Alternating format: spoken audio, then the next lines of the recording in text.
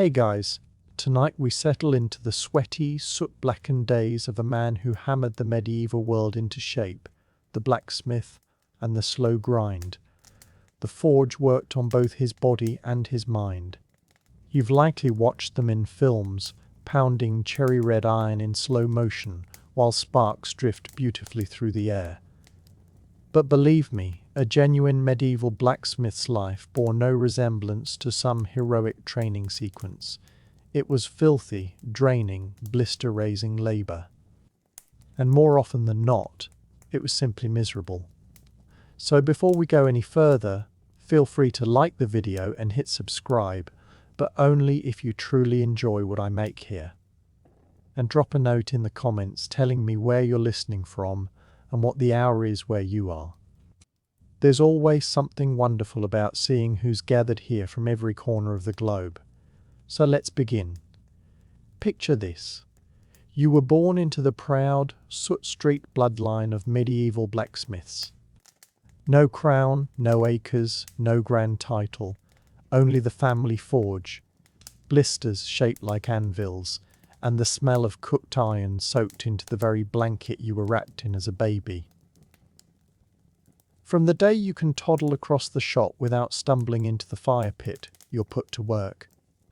By the age of 6, you're formally your father's apprentice, which is really just a courteous medieval label for tiny unpaid helper with no rights and soot permanently smudged across your cheeks.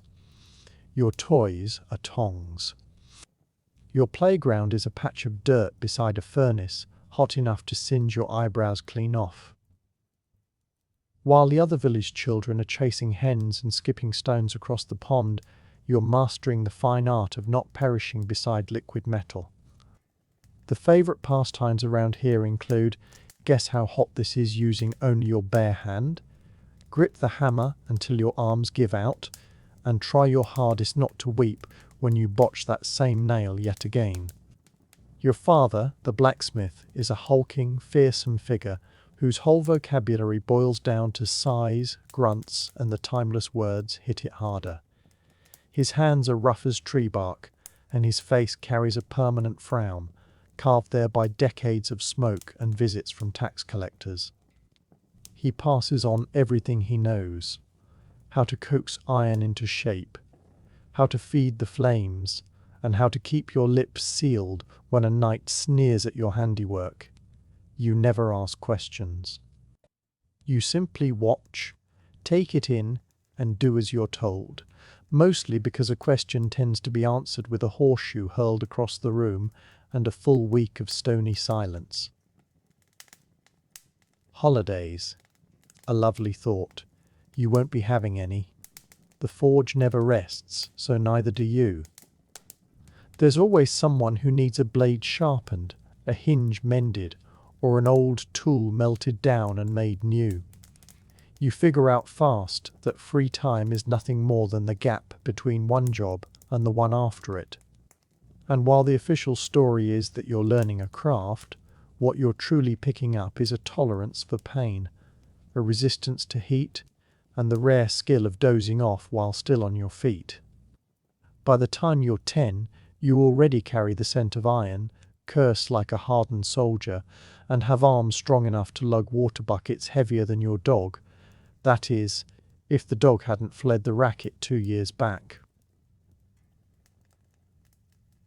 This is your life now. Welcome to the family trade. Do hope you're fond of sweat, smoke, and 70 years of aching backs. If you assumed you'd be granted a few pleasant years of play before the hammer landed in your grip, think again. Childhood in a medieval blacksmith's world is less a real stage of life and more a loose suggestion. The instant you can hoist a bucket without tipping over, you're conscripted. Never mind games, toys, or the whole notion of fun. Your nursery is a smoke-stained shed brimming with sharp edges and open flame. Your climbing frame is a rack of tongs perched beside a pit of glowing coals. One misstep, and you're handed an unplanned lesson in exactly how long your skin can sizzle before your father glances over. Your official title might read apprentice, but what it truly means is handle everything nobody else wants to touch and get scolded regardless. You feed the fire, work the bellows, sweep the floor, scrub the tools, restack the coal, and dodge the odd falling horseshoe, all of it before breakfast. Your wages come in the form of food, curt nods, and now and then a grunt of faint approval, which, in the blacksmith tongue, roughly translates to, "You didn't completely wreck that one today." Meanwhile, the village children you once ran with are out in the fields, tossing sticks around or learning to milk goats. You envy them, even if they do reek of cheese and manure. They may grow into farmers or shepherds, modest lives, sure, but ones with far fewer glowing weapons and unexpected burns. You, on the other hand, are learning to shape nails by hand. Nails. Thousands upon thousands of them, bent, twisted and reheated over and over until they're straight enough to hold together some lord's chicken coop. If fortune smiles on you, your father lets you swing a hammer solo, right after he lists off every single thing you're doing wrong. And don't you dare utter the words, "I'm tired." That phrase simply doesn't exist within these walls. Weariness is weakness. Burnout is a thing that happens to candles. So you keep swinging, keep sweating, keep smiling, or at the very least keep your tears hidden where nobody can spot them. Because in the eyes of your master, who also happens to be your dad, you've stopped being a child. You're a blacksmith in the making. And that making never comes to an end. The forge isn't merely where you labor. It is your whole world. It floods your senses, remolds your muscles, and rewires the very way you think. By the time you reach your teenage years, it stops feeling like a mere place. It feels alive, a hot, smoky, moody beast that must be fed, mastered, and feared in equal measure. You know its sounds by heart, the wheeze of the bellows, the hiss of iron plunging into water, the sharp ring of hammer striking metal, echoing like a drum before battle. There's a rhythm woven through it all, a kind of harsh medieval symphony, and your body sways in time whether you're wide awake or barely conscious. After a while, you stop registering the heat, not because it grows any gentler, but because you've simply made your peace with it, the way you make peace with gravity or taxes. You learn which stones grow too hot to sit on, which coals burn away fastest, and which patches of floor are quietly plotting against your feet.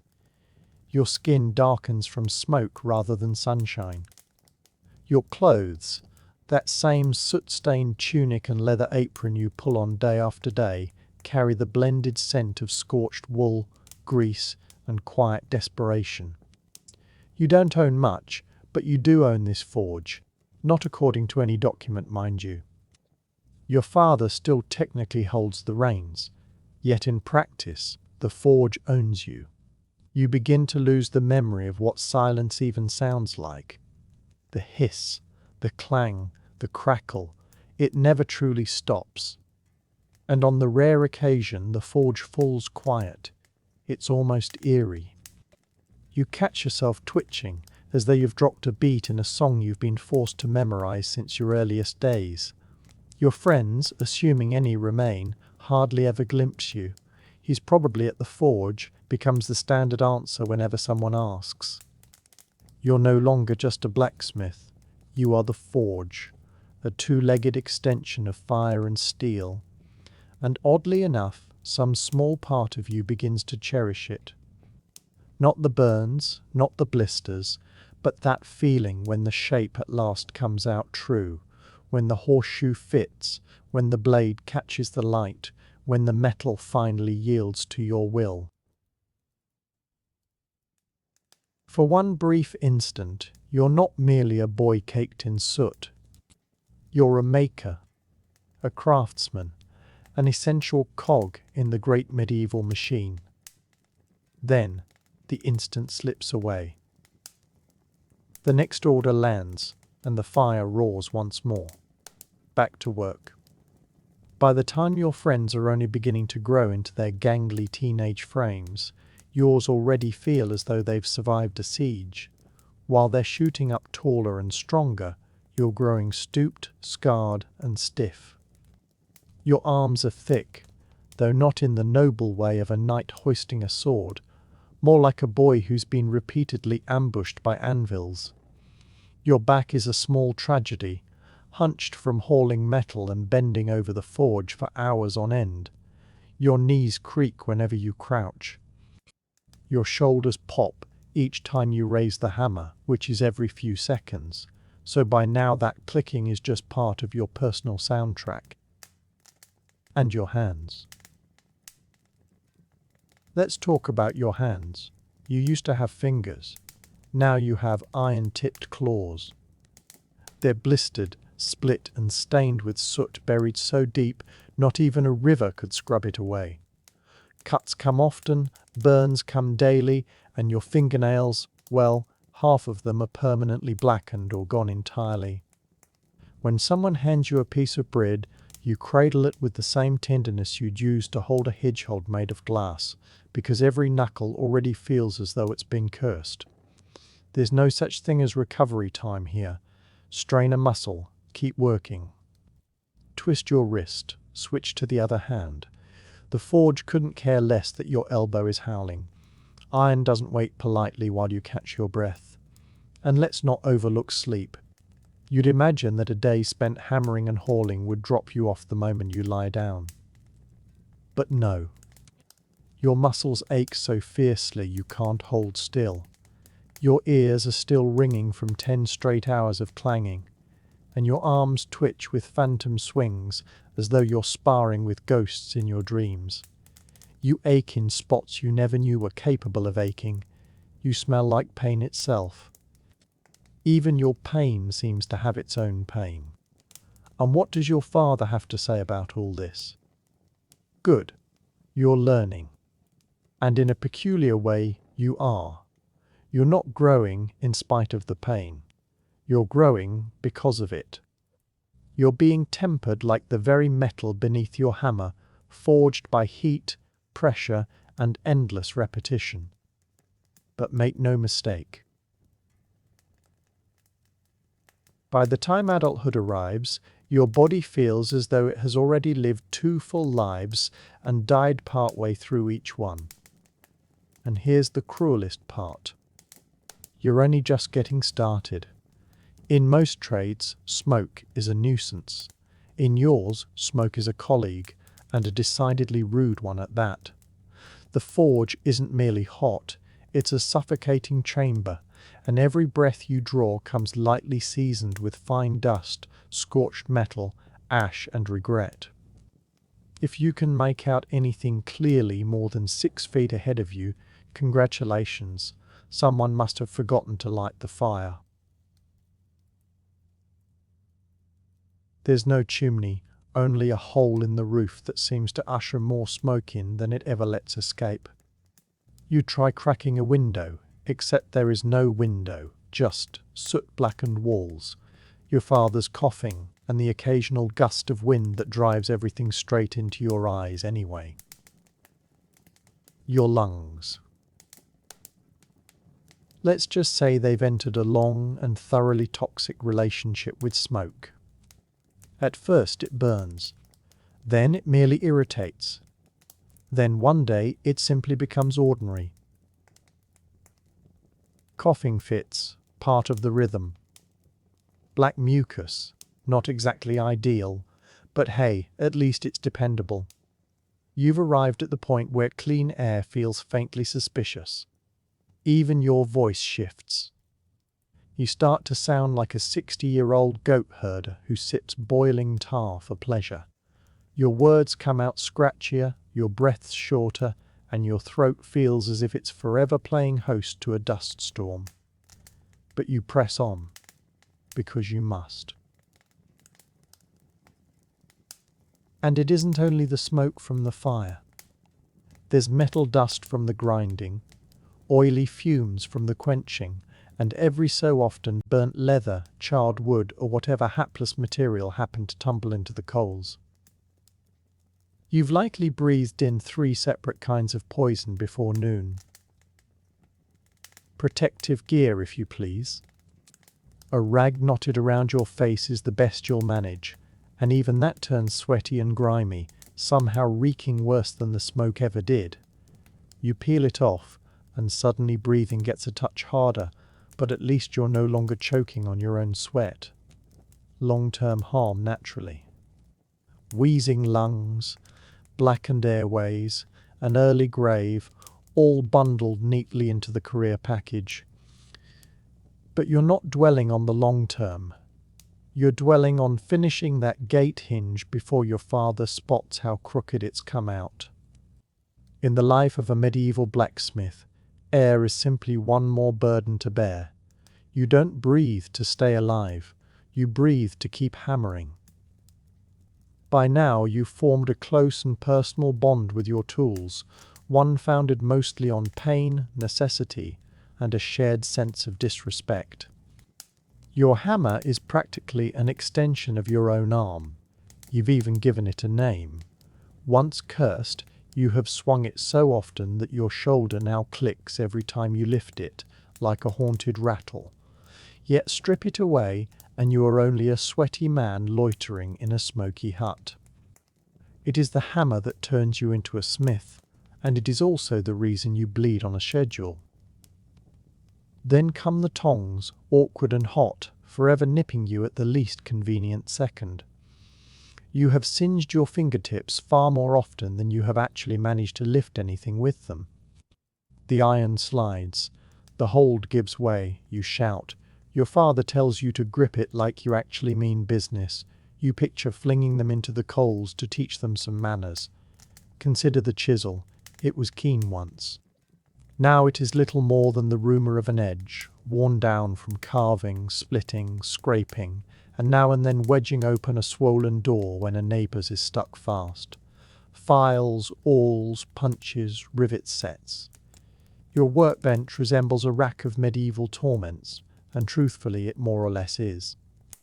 You have been poked, mashed, pinched, nicked, and skewered by every object you possess. Your fingers remember now. They twitch at the mere sight of an unfamiliar tool.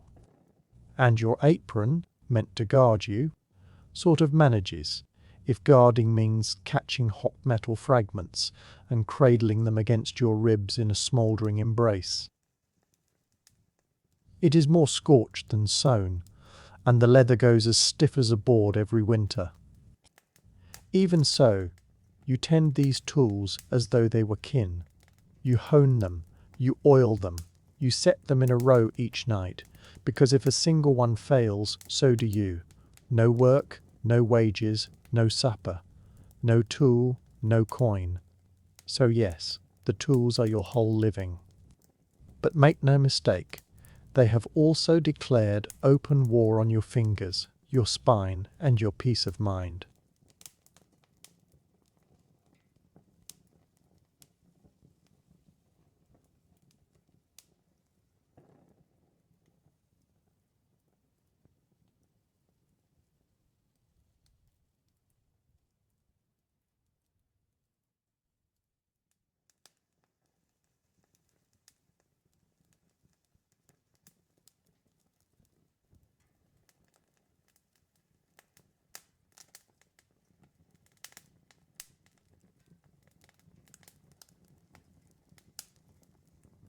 You wear no crown, you swing no sword, you march no armies. But without you the whole village grinds to a halt by about Tuesday. You are the smith, and everyone needs you constantly, for everything. You are the medieval blend of customer service, tech support, and roadside rescue, all folded into one soot-smeared figure who smells of smoke and quiet shame. The knight wants a fresh blade. You forge it. The farmer snaps a plough. You mend it. A monk's bell splits. A baker's oven door sticks. A shepherd's gate latch refuses to shut. And who do they summon? You, naturally. Every single time, and each of them behaves as if you had been sitting idle just waiting for their particular crisis. They arrive without warning, mid-swing, caked in mud and expectation. "I know you're busy," they begin, "but could you just? Could you just?" The phrase that follows you into your dreams. And here is the finest touch of all: you are never thanked. They take it as your obligation, as though you were placed on this earth to serve. Once their hoe works, their door shuts, or their shield holds, they nod and wander off as if you were the fortunate one, as if it were an honour to patch their rusty pail at dusk for half a loaf of stale bread.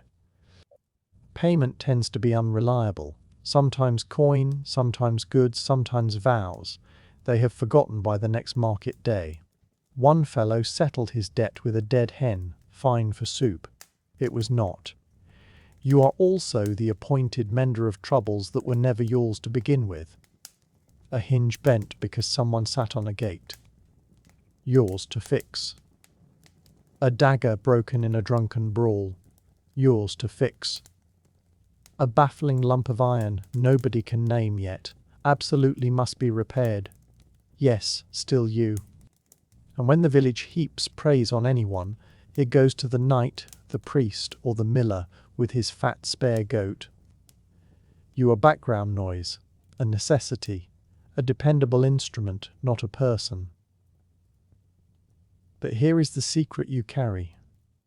You simply know, that they would not survive a week without your labour. Their fields would stall, their homes would sag, their horses would go lame. And though no one composes ballads in your honour, their entire little world is held together, quietly, by your two hands. You would suppose that peace was welcome news. No raiders, no bandits, no bellowing nobleman demanding a new sword by sundown. But for you, peace is ruinous for trade. Because you, the smith, may busy yourself with ploughs and hinges, yet what truly keeps the account settled is war.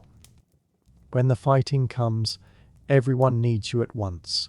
Weapons, armour, arrowheads by the hundred. Even horseshoes wear thin faster beneath the pounding of a frantic cavalry charge. Work floods in, the forge glows brighter, the coins accumulate.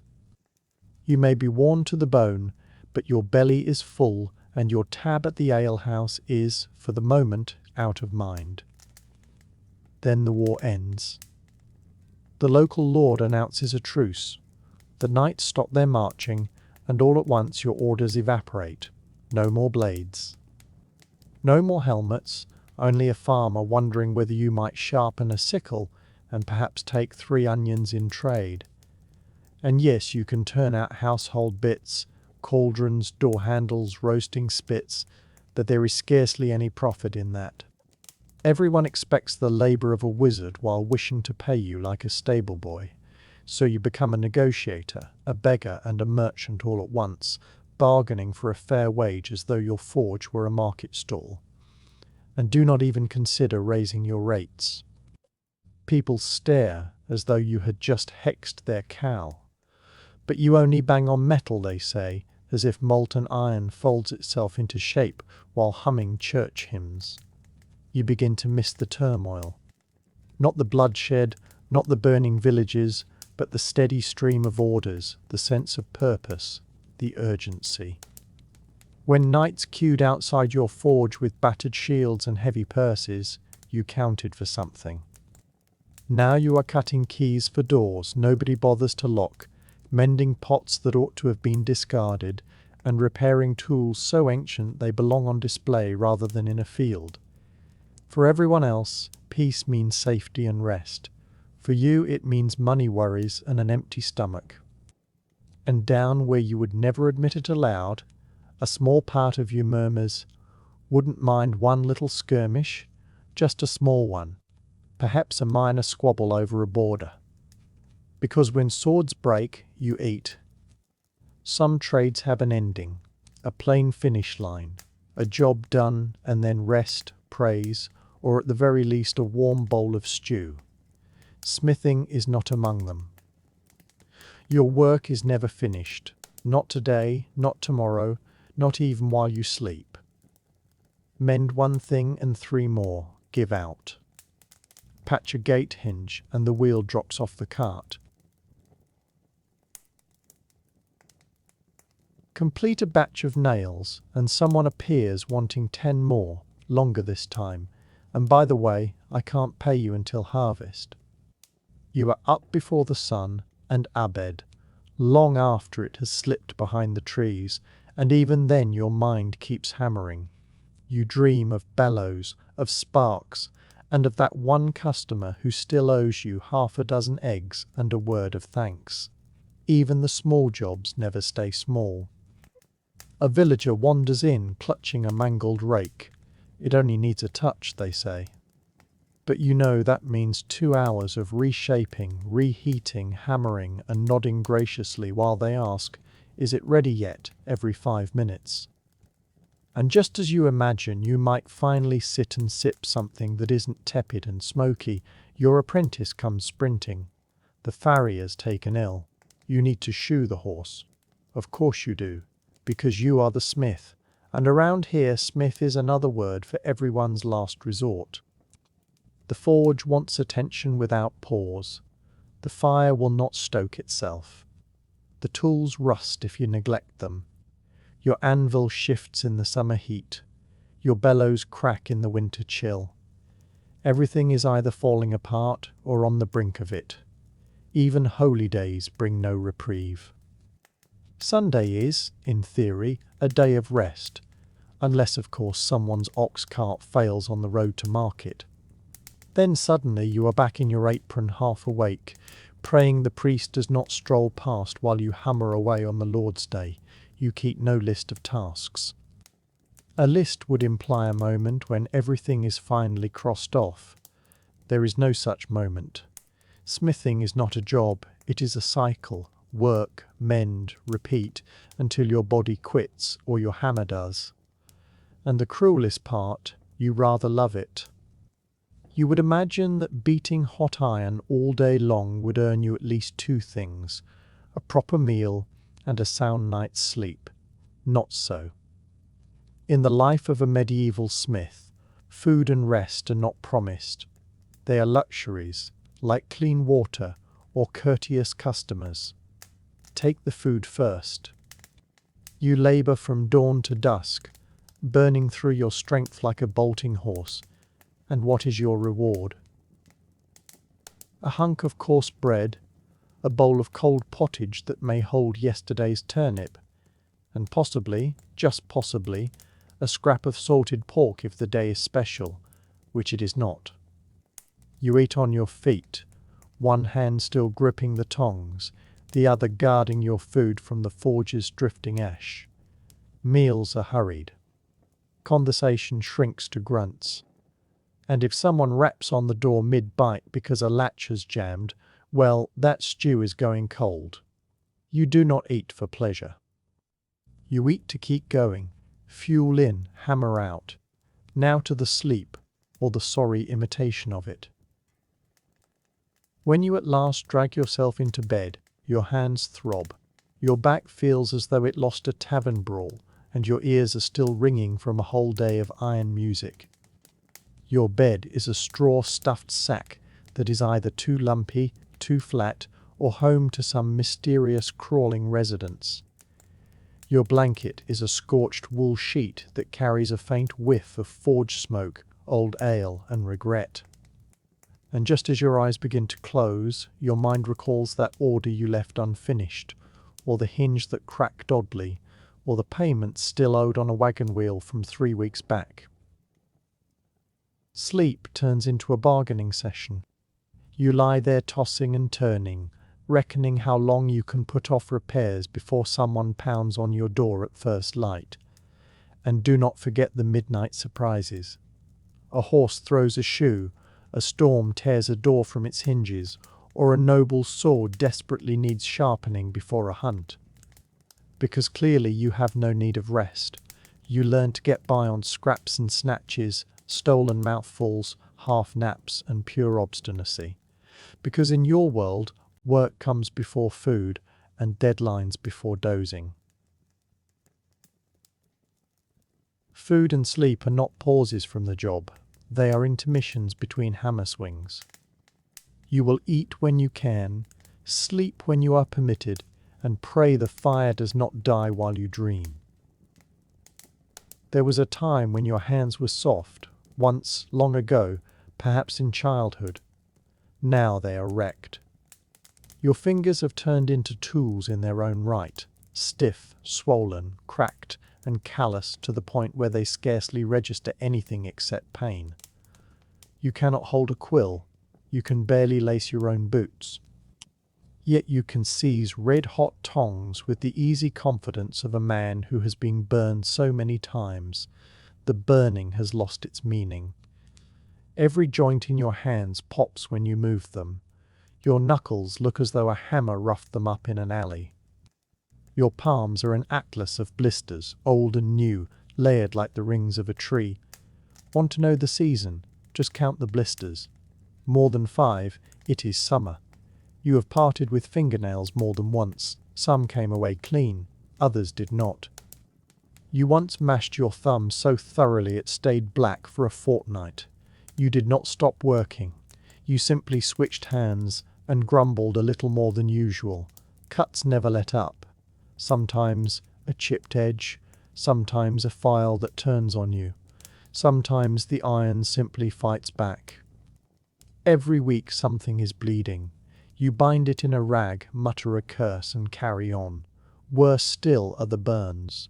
Some are minor, small reminders that iron does not forgive. Others are worse. Those hands sizzle and bubble and carry scars that each hold their own little tale. By now you have branded yourself more often than any rancher marks his herd, and honestly, the resentment has drained away. It is simply the way of things. The one skill that has grown sharper is your grip. You could squeeze a walnut into surrender as if it owed you a debt. Fine control, though, has abandoned you. Objects slip loose. In the cold, your fingers quiver. You are 30 years old, wearing the hands of a 70-year-old knight who fumbled 3 campaigns and now wagers at tavern dice for a bowl of broth. And yet, through everything, these hands are the reason you are still breathing. They forge the blades, mend the hinges, and grit the hammer that props up your good name. They ache without pause, but they do their work. Because in a life like this one, the state of your body hardly signifies, so long as you can still bring the hammer down. Let us not pretend otherwise. Your odor leaves something to be desired. In truth, you have not smelled clean a single day since the age of 5.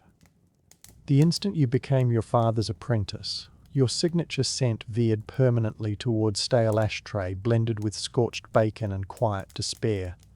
This is the blacksmith's lot, where no amount of scrubbing removes the smell of fire from your skin. The forge blazes from dawn to dusk, and so, in a sense, do you. The smoke works itself into your garments, your hair, your very pores. Even your sweat has stopped smelling like ordinary sweat, and now resembles cured meat abandoned on a mild spring afternoon. You could wash, in principle, but a proper bath is a rarity. The water runs cold, and you labour 6 days out of 7, cloaked in soot and grease and gritty ash before the sun has fully cleared the horizon. So why trouble yourself? You would be grimy again before breakfast was finished. Your wardrobe offers no rescue. The same singed tunic and blackened leather apron go on every morning. Nothing has been genuinely clean since the last festival, and even that day someone tipped a mug of ale over you well before noon. Now the clothes simply drape across you like a protective crust of hardened funk. Perfume is a lost cause. It survives perhaps 10 minutes before the forge devours it whole. Blossoms droop in your vicinity. Bread turns stale sooner. Cats spit as you go by, and here comes the sting of it. People notice. You step into the tavern, and the room divides before you like the parting of the sea. The innkeeper already understands to tuck you into the corner beside a window whenever one is free, not from politeness but from a will to endure. No one is eager to share a bench with a walking, breathing, scorched fence post. Still, you carry it lightly. A dash of embarrassment beats being invisible entirely. You are known. Folk murmur that is the blacksmith, half in respect and half in nasal distress. You may not rank as the most charming fellow in the settlement, but you are without question the most fragrant. And after all, reeking of fire proves you have been labouring. Reeking of iron proves you have been crafting.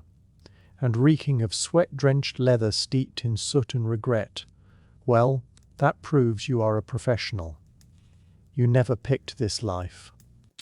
The forge picked you by way of your father's calloused grip and the iron weight of expectation handed down like some rusted family heirloom. And now you are repeating the very same act. Your boy does not swing wooden swords or dash freely across the meadows. He hauls coal, works the bellows, steadies the tongs as sparks come showering down while you murmur, "Do not flinch." He is perhaps 7, yet already carries the scent of scorched metal and damp burlap. A little guilt tugs at you, but only a little, because there is no cruelty in this. You are readying him. This is the trade. This is how one survives. He watches you drive the hammer, and you catch the way he gazes, wide-eyed, part wonder and part dread. You know that expression well. It is the very one you once turned toward your own father, back when he loomed like a mountain. Now the truth is clear to you. He was never carved from stone, only from weariness and duty. You pass the boy everything you have, how to read the heat in the colour, how to tap rather than strike, how to hear what the metal is telling you. Now and then you raise your voice, more from habit than from temper. Hold it steady, that has gone too cold. No tears now, it is only a burn. You soften the edges where you can. A tale beside the fire. A morsel of dried fruit when the coins allow it. But gentleness has a short life in the forge. The work is simply too heavy. Soon his hands will mirror your own. His back will complain before his voice deepens. He will learn to sleep straight through the ringing in his ears and rise before dawn without being called. He will grow out of his shirt but never out of the burn marks. And when you at last give way, the knees, the shoulders, the lungs, he will take up the hammer that has grown too heavy for you. Some might call it unjust, might say the wheel ought to stop turning. But this is the shape it has always taken. A bloodline of soot and steel and endurance. You are not merely handing down a craft, you are handing down an inheritance, a forge that never goes cold. So yes, you raise your son to walk the whole road again. Not from cruelty, but because someone has to keep the flame alive. You have passed a lifetime standing too near the flames, hoisting too much iron, drawing in too little clean air. It was never a matter of whether your body would break, only the hour it would choose. And that hour has arrived. Your knees groan like old wooden doors caught in a gale. Your back will not come straight again. Your fingers, once able to coax steel into new shapes, now shake when they raise a cup. The forge still bellows, but your arms fall silent. The hammer grows weightier by the day, as though it senses its time in your grip is nearly spent. There is no blazing farewell, no grand last stand, no ballad struck up in your honour. You merely ease off the pace. You begin passing the work to your son. You sit more often. You observe more. He puts questions to you, and for the first time the answers slip out of reach. The villagers begin turning to him now. They still dip their heads respectfully as they pass you, yet it is your boy they speak with. His are the calloused hands these days.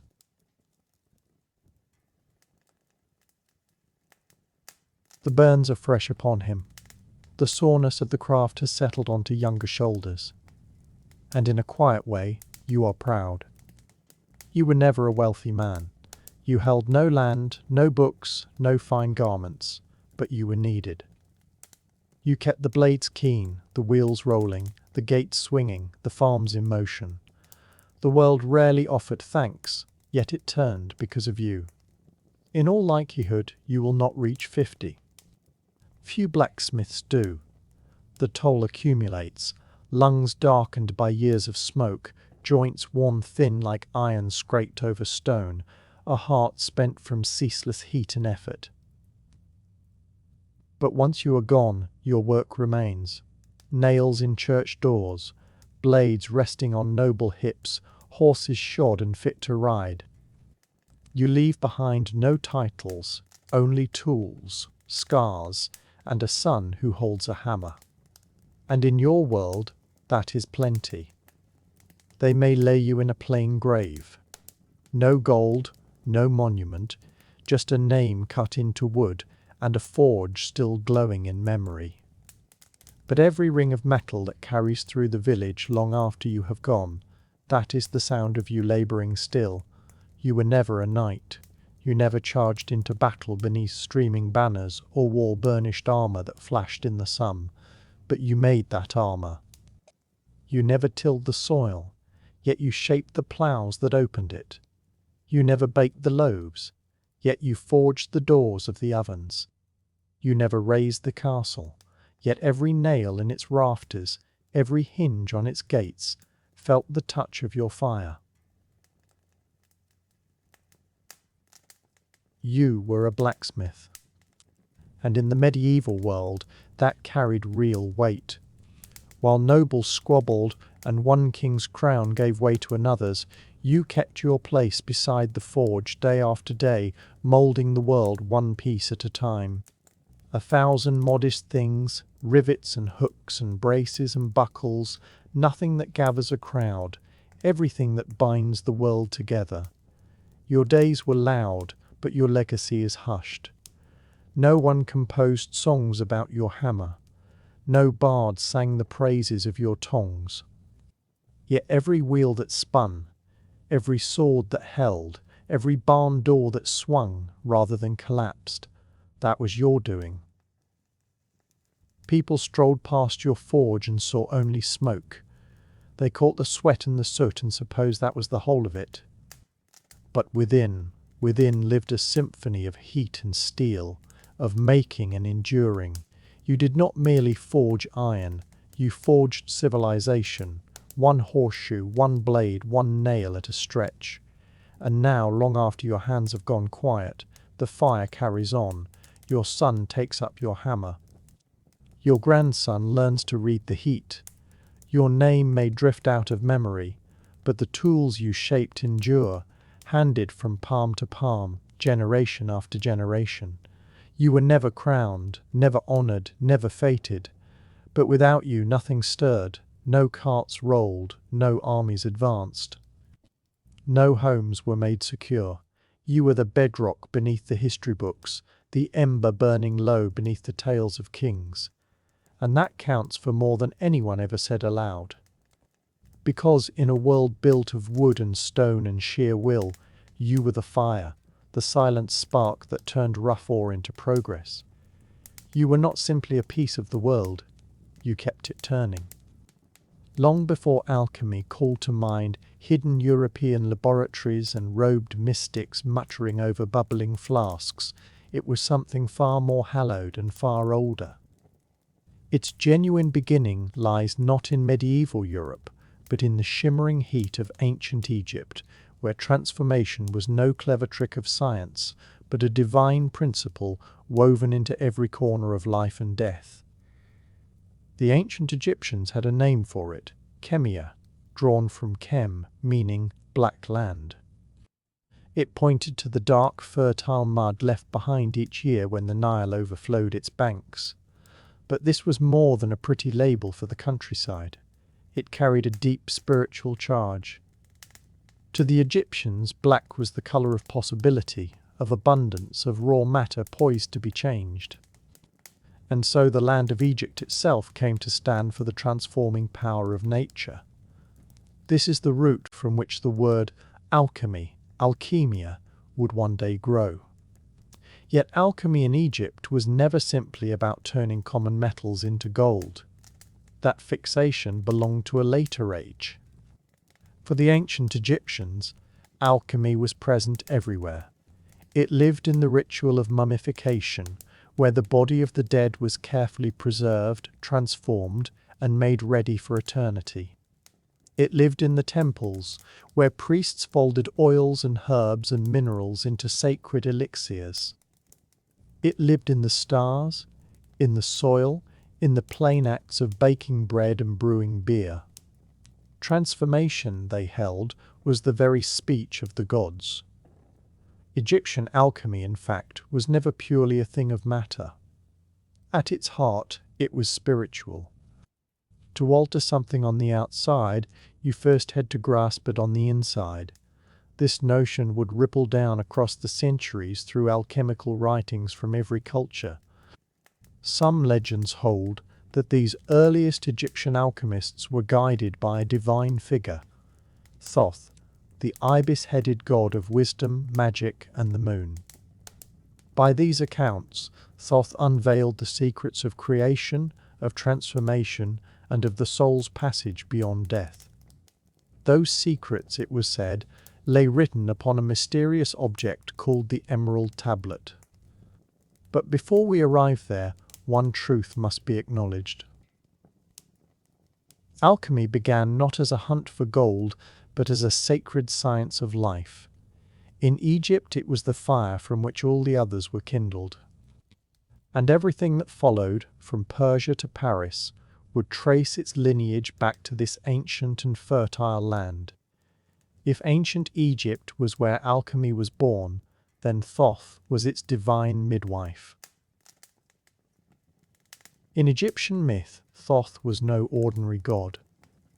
He was the god of knowledge, of magic, of writing, of time, and of the very laws that governed the universe. With the head of an ibis and a disk of the moon above him, Thoth stood for balance. And in a world consumed by order and by transformation, he was the sacred scribe of every hidden truth. As the myth tells it, Thoth did not merely practice alchemy, he embodied it. The Egyptians believed he had written thousands of books brimming with divine wisdom. Most of these were never intended for ordinary eyes. Yet a single piece of his knowledge would go on to reshape history, and that piece was the puzzling Emerald Tablet. Rumors of the Emerald Tablet have traveled down through the ages like a riddle etched into the very bones of civilization. Supposedly engraved on green crystal or emerald stone, the tablet held only a short poetic passage, scarcely a dozen lines in length. Even so, those few lines were thought to contain the ultimate key to reshaping matter, spirit, and reality itself. It opens with a sentence that has troubled thinkers for centuries. That which is above resembles that which is below, and that which is below resembles that which is above.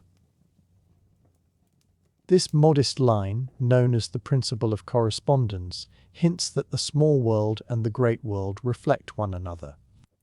What unfolds among the stars also unfolds inside the human soul. What shifts in the workshop echoes out across the cosmos. The Emerald Tablet offered no recipe for producing gold. Instead, it offered a way of seeing. It declared that the world is not settled and finished. Everything may be refined, lifted higher, transformed. Not merely lead into gold, but ignorance into wisdom, disorder into harmony, the mortal into the divine. The tablet also speaks of the one thing, the wellspring of all creation, describing how it climbs up from the earth and comes down from the sky, gathering the power of all things as it moves. Some readers took this one thing to be the philosopher's stone, while others saw the soul, the ether, or even consciousness itself. Perhaps the deepest mystery, though, was not what the tablet contained, but who was capable of grasping it. Being a scholar was not enough. One had to be a seeker. And it was this sacred riddle, said to be a gift from Thoth, that would outlast the fall of Egypt and be handed onward like a torch across borders and generations, first to Persia and then to the wider world. As Egypt's golden age dimmed, alchemy did not simply disappear. It moved. Carried along trade routes by scribes, mystics and conquerors, it passed into the keeping of another ancient empire, Persia. This, however, was far more than a handing over of facts. Within Persia, alchemy went through a transformation of its own, one that wove spiritual fire together with philosophical depth.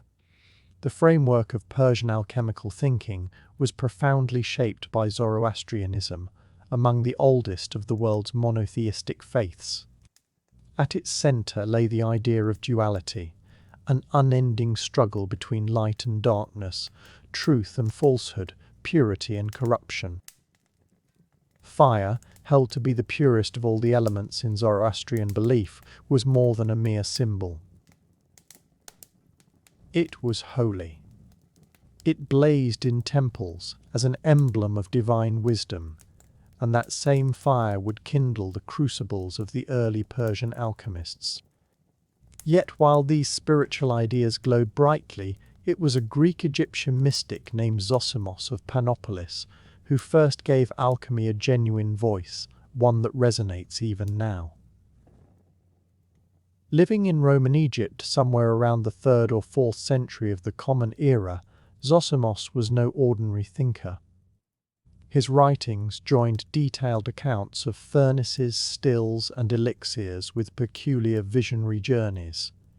In his best-known dream, he watches himself taken apart, burned, and remade within an alchemical furnace. Rather than being a scene of dread, this vision is portrayed as sacred. It is the symbolic death of the self and the cleansing of the soul. Zosimos did not regard alchemy as merely the changing of metals. He held that the alchemist too must be transformed. Just as coarse matter has to be broken down before it can become gold, the alchemist had to endure hardship, purify, and rise beyond. In his own words, alchemy was a mystery belonging to spirit and matter together. He put forward the notion of spiritual alchemy, an idea well ahead of his age.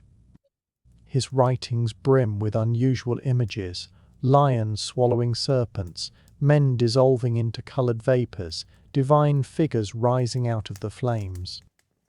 These were not chemical jottings. They were metaphors for the soul's long climb toward perfection. Zosimos was also among the first to insist that genuine knowledge could not be purchased or committed to memory. It had to be earned. The alchemist's road was one of discipline, hardship, and revelation.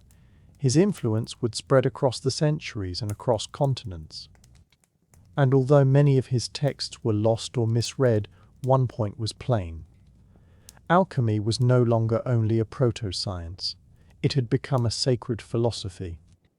As the last embers of ancient learning glowed across what remained of Egypt, Greece, and Persia, a new empire arose, and with it came a golden age of wisdom.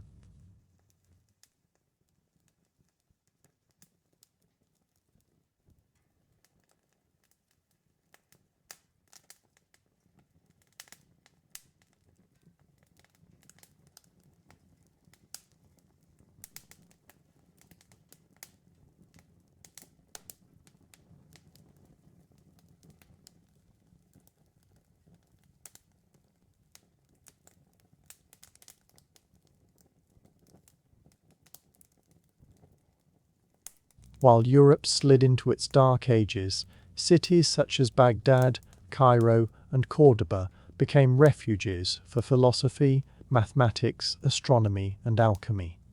Standing at the centre of this revival was a man whose name would pass into legend, Jabir ibn Hayyan, known in the West as Geber. He was more than a chemist and more than a philosopher, for Jabir was a blend of both, and he is often called the father of chemistry. His contributions to alchemy ran so deep that they helped lay the groundwork for modern science itself. Working within the courts of the Abbasid Caliphate in the 8th century, Jabir approached alchemy not as mysticism, but as an ordered and testable discipline. He introduced laboratory techniques that are still familiar today: distillation, crystallization, sublimation. He devised new instruments, refined acids, and composed well over 100 texts, weaving philosophy together with chemical experiment. Yet he did not cast aside the spiritual roots of the craft, quite the opposite. Jabir held that everything in the universe was built from combinations of the 4 elements: earth, air, fire, and water, and imbued with spiritual qualities. Onto this, he layered an intricate mixture of numerology, astrology, and symbolism. In his view, every change in the material world reflected a deeper change within the soul. Jabir also introduced the idea of balance, or mizan, as the very key to alchemy. Just as the body must be kept in balance to stay healthy, so must metals be brought into balance to reach perfection. Gold was not simply a metal, it was matter in flawless equilibrium. And if that balance could be achieved through careful procedures, then even the lowliest metal might be raised up. His influence did not remain within Islamic lands. In time, Jabir's texts were rendered into Latin and passed around medieval Europe, sparking a wave of Western alchemists who would build upon his teachings, frequently without realizing they were standing on the shoulders of a Persian genius. Through Jabir ibn Hayyan, alchemy took its most decisive stride forward. It was no longer merely sacred symbolism. It was a method, a system, a science. And yet it remained what it had always been, a map toward transformation, both material and divine. While the Islamic world guarded and enlarged the knowledge of the ancients, Europe stayed wrapped in superstition and spiritual rigidity. But knowledge has a habit of travelling, especially when it is too potent to be held in check. Gradually, piece by piece, alchemy worked its way westward, carried along through language, ink, and conquest. The bridge between East and West was built in places such as Alexandria, once home to the Great Library, and later in Toledo and Córdoba within Islamic Spain, or Al-Andalus. There, Christian, Jewish, and Muslim scholars laboured side by side in rare stretches of intellectual harmony. Translators pored over Arabic manuscripts, unlocking the works of Jabir, Zosimos, and Aristotle, and breathing forgotten ideas back into Europe. By the 12th century, Europe was hungry for learning. The rediscovery of these ancient texts, particularly those on alchemy, amounted to a kind of cultural explosion. What arrived, though, was not the practical science of chemistry on its own. It was alchemy in its fullest shape, a blend of spirit, matter, and meaning. Monasteries began tucking strange manuscripts away behind sacred scripture. Monks experimented with metals not only to purify them, but to purify themselves. And in concealed chambers and candlelit studies, European minds grew fixated on a single idea: transmutation, the belief that base metals could turn into gold and that the human soul could do the very same. One of the most influential texts to reach Europe was the Turba Philosophorum, or Assembly of the Philosophers, a puzzling dialogue among ancient sages weighing the secrets of nature. After it came the Picatrix, an immense Arabic grimoire brimming with astrological and alchemical symbolism. Works like these did not merely hand down recipes. They carried whole worldviews, and those worldviews took root in curious minds. The Latin translations of these texts circulated quietly, often disguised as religious or philosophical treatises to sidestep charges of heresy. Alchemy, after all, was a threat. It called into question the fixed order of things. If lead could become gold, might a peasant become a noble? Might a man become divine? The Church looked on with suspicion, but alchemy's pull was simply too strong. It promised a hidden road to perfection outside of dogma and outside of authority. By the late Middle Ages, Europe had taken up the torch. The flame that had once burned in Egypt, Persia and Baghdad now flickered in castles, monasteries and secret societies. Alchemy had crossed the threshold, and it was on the verge of evolving once more. By the late Middle Ages, alchemy in Europe had grown into something nearly mythic. It was no longer just an intellectual undertaking. It had become a holy quest.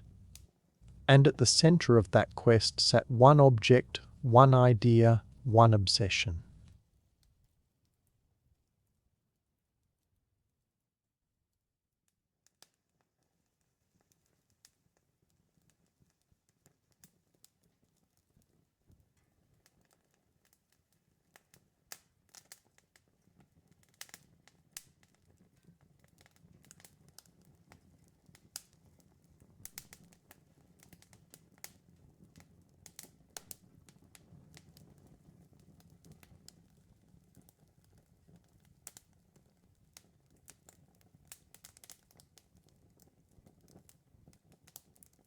Said to hold the power to turn base metals into gold and to bestow immortality by way of the elusive elixir of life, the philosopher's stone became the most coveted object in the Western esoteric tradition.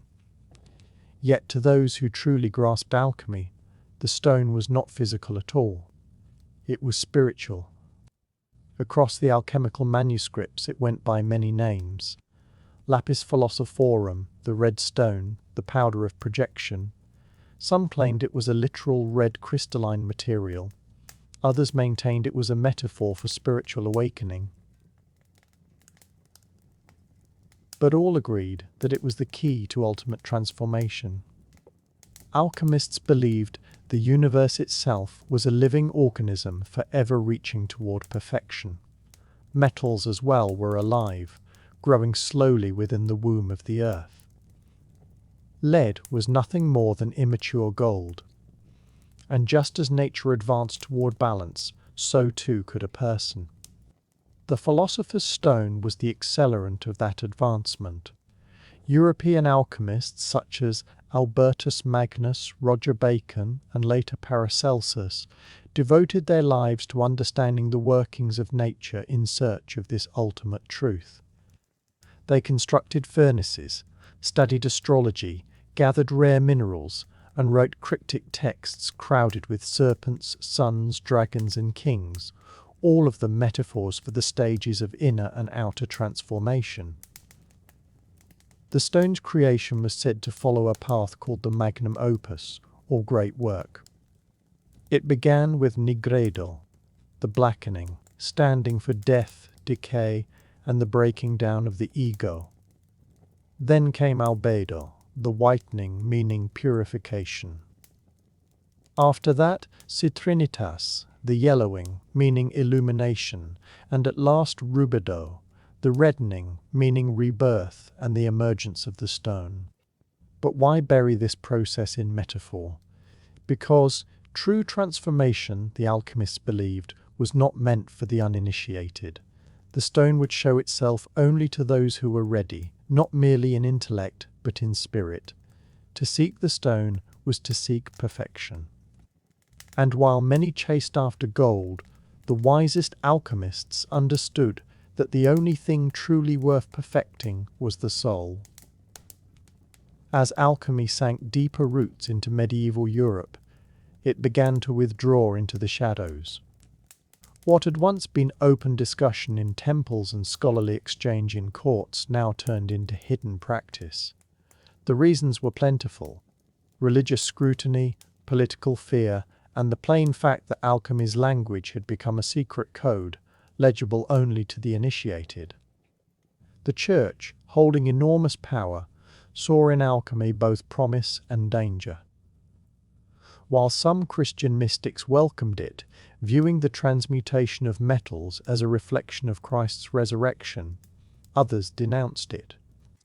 The notion that a person could manipulate nature, or even attain spiritual ascension apart from divine grace, struck them as heretical. To escape persecution, alchemists wrapped their teachings in allegory and symbolism. So began an age in which alchemy slipped underground, sheltering in secret societies, coded manuscripts, and obscure symbols that only insiders could interpret. The Rosicrucians, a mysterious brotherhood that came to light in the 17th century, claimed to safeguard ancient alchemical wisdom passed down from Egypt and Arabia. Their manifestos spoke of spiritual awakening, of divine order, and of sciences kept out of sight. Nobody was ever able to confirm that the group truly existed, yet its notions caught on quickly, stirring wave after wave of curious minds. There were the Freemasons as well, an order tracing its beginnings to workers in stone, though its ceremonies carry strong echoes of alchemical thinking, cleansing, change, an inner glow. Whether or not they ever worked with flask and furnace, their web of symbols matched the alchemical purpose almost exactly, the crafting of a better self. Alchemy also sheltered inside books of secrets. Consider the Mutus Libera, a volume printed without a single line of text, offering only a sequence of curious symbolic pictures meant to pass along the great work while saying nothing aloud. Still other manuscripts used what was called the green language, a playful weave of puns and poetic double meanings that tucked deeper truths beneath the surface. So the alchemist came to lead a double existence. On the outside, a scholar, a healer, or a monk, calm and dutiful. On the inside, a quiet rebel, pursuing the divine through flame and ore, through spirit and stone. And the same secrecy that endangered alchemy was also what kept it alive. Like an ember hidden under ash, it glowed on unnoticed, handed from teacher to pupil, one generation to the next. In those still shadows, alchemy kept changing, not merely as an early form of science, but as a living philosophy, one that would shortly meet its sternest test, the arrival of modern chemistry. By the 17th and 18th centuries, a gentle upheaval was gathering, one that would both carry forward and lay to rest the inheritance of alchemy. The Age of Enlightenment had come. The mysticism and metaphor that had once wrapped alchemical thought were no longer given a seat in learned circles. A new vocabulary took their place, one of observation, reason, and results that anyone could repeat. Alchemy's heir had stepped forward, and its name was chemistry. This was no sudden beheading. It was a slow, orderly turning. Many of the first chemists had, in fact, been alchemists. They merely redirected their attention. The aim was no longer the perfecting of the spirit or the transmutation of souls, but change that could be measured. No more dragons and black suns, only beakers, scales, and careful record-keeping. Among the final touches to the old craft's grave came Robert Boyle, often named the father of modern chemistry. In his 1661 work, The Skeptical Chemist, Boyle held that matter was built from tiny particles and that chemical reactions could be accounted for without any mystical force. He did not ridicule alchemy, but he peeled away its hidden vocabulary. Boyle accepted the alchemist's faith in transformation, yet insisted it be explained through the laws of nature rather than through allegory. Not long after, Antoine Lavoisier would work out the part oxygen plays in burning and overturn the old idea of the four elements: earth, air, fire, and water. The periodic table would come in its wake. Laboratories became worldly temples of knowledge. Alchemy, with its concealed codes and sacred figures of speech, was now viewed as outdated, an awkward relative of proper science. And yet here lies the paradox. Chemistry owed its very existence to alchemy. The instruments, the methods, the sheer curiosity, all of it rose from the furnace of that ancient craft. Alchemy had walked so that chemistry might run. Still, the world kept shifting. Industry wanted outcomes, not riddles. Governments paid for laboratories, not lodges. The philosopher's stone gave way to the microscope, the alembic to the Bunsen burner. What had once been sacred had turned material. Even so, not everything was lost. In quiet corners and thoughtful minds, alchemy still drew breath, no longer as a science, but as a symbol of transformation, of unity, of the endless interplay between matter and spirit. And while the world turned to chemistry for answers, a few still turned to alchemy for meaning. Because certain fires never go out. They simply burn out of sight. Alchemy may have slipped away from the halls of science, but it never truly perished. Instead, it transformed, exactly as it had always taught that all things must. What began in the tombs of Egypt was refined in the fire temples of Persia and was encoded in the hidden texts of medieval Europe did not simply fade away. It evolved, branching into chemistry, psychology, medicine, and even modern spirituality. Its outer shape was cast off, but its inner message held. In the 20th century, a new sort of alchemist appeared, armed not with a furnace, but with a notebook and a mind brimming with dreams. Carl Jung, the Swiss psychologist, uncovered the buried wisdom of alchemy and breathed fresh life into it. He proposed that the old alchemists were not only altering metals. Without knowing it, they had been charting the human psyche. The blackening, the nigredo, was depression. The whitening, the albedo, was insight. The reddening, the rubedo, was the coming of a unified self. The philosopher's stone, Jung said, stood for individuation, the process of becoming whole. Alchemy, as it turned out, had always been about far more than gold. Today its traces appear everywhere, in self-help books that preach transformation, in tales of heroes who go down into darkness only to return reborn, in the very words we use, refine, distill, purify, all of them echoes of the alchemist's road. Even within science, the alchemical spirit lingers. Chemists still turn one element into another inside nuclear reactors. Physicists speak of dark matter and unified fields with the same wonder that alchemists once held for ether and quintessence. The hunt for the fundamental building blocks of the universe carries on, only the language has changed. Yet perhaps the truest legacy of alchemy rests in its insistence on wholeness. It never divided spirit from matter or science from mystery. It taught that changing the world begins with changing the self, that behind every experiment sat a sacred question. Who are you becoming along the way?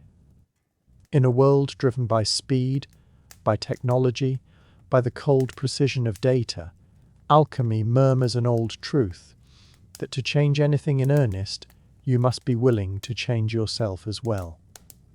And so the alchemist's fire still burns, not in crucibles now, but in hearts, waiting, calling, transforming.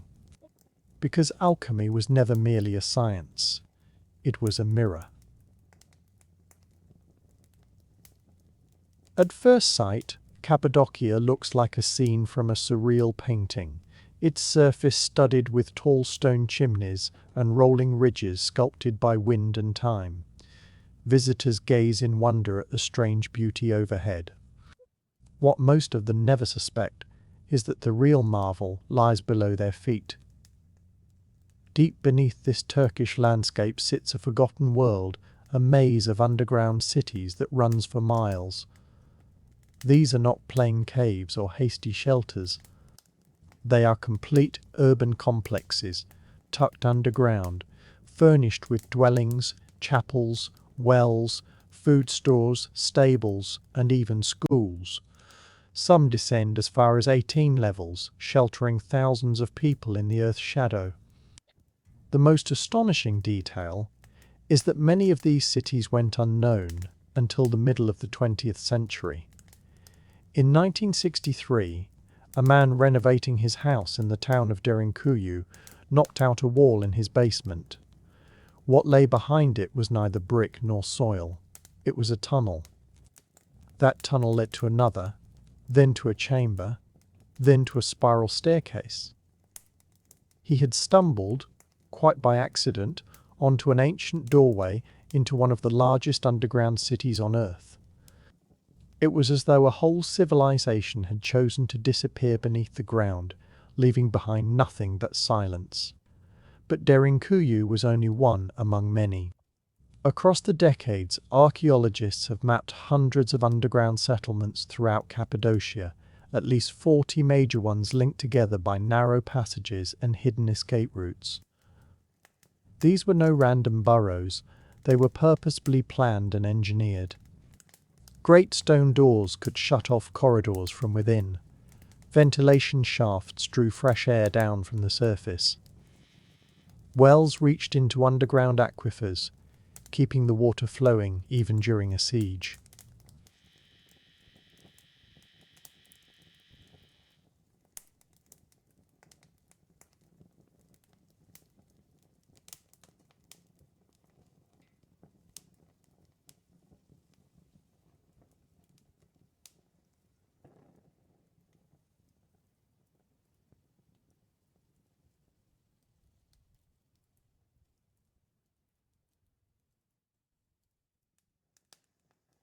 That question has troubled historians for years. Theories are plentiful. Were these cities hiding places from invading armies, monastic retreats, secret spiritual sanctuaries? Or were they something older still, something stranger? Whatever the reason, one point is plain. Cappadocia was not merely a region. It was a refuge, a world beneath a world, a place where thousands could slip away from the surface and live out their lives entirely underground. And the deeper you travel into these cities, the stranger the story grows. To grasp why people built cities beneath Cappadocia, we first have to understand the land itself, because Cappadocia is no ordinary terrain. Millions of years ago, a run of violent volcanic eruptions buried central Turkey under layers of ash. That ash hardened into a soft, porous rock known as tuff, a material light enough to carve with basic tools, yet firm enough to keep its shape across the centuries. Rain and wind shaped it into peculiar forms, fairy chimneys, cone-like towers, mushroom-shaped spires. The whole region looked like something lifted from a dream or from another planet. But the ancient people did more than admire the rock. They worked with it. Early settlers understood that this volcanic stone was a gift. They could hollow out homes, chapels, storerooms, even entire complexes, without a plank of timber or a single brick. And unlike houses on the surface, these stone chambers stayed cool through the scorching summers and warm through the freezing winters. Above ground, they cut churches into the cliff faces, but below ground was where the real magic happened. It likely started with simple caves, small hideaways for storing food, escaping the heat, or sheltering from storms. Yet over time, as dangers grew and communities expanded, those caves grew as well. They became connected rooms, then levels, then whole networks. And once the digging began, it did not stop.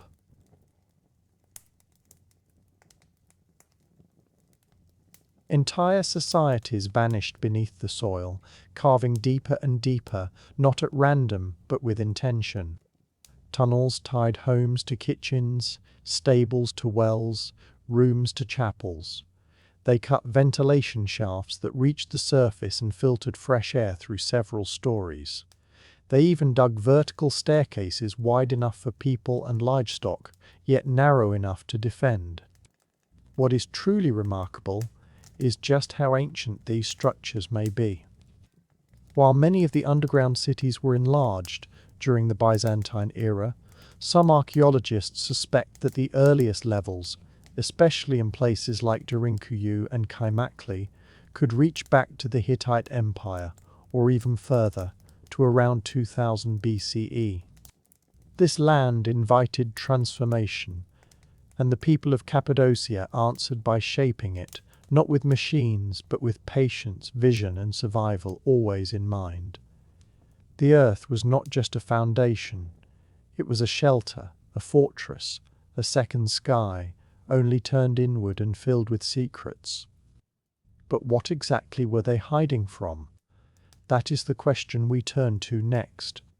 Beneath the quiet town of Derinkuyu lies something extraordinary. A city not above the earth but deep below it.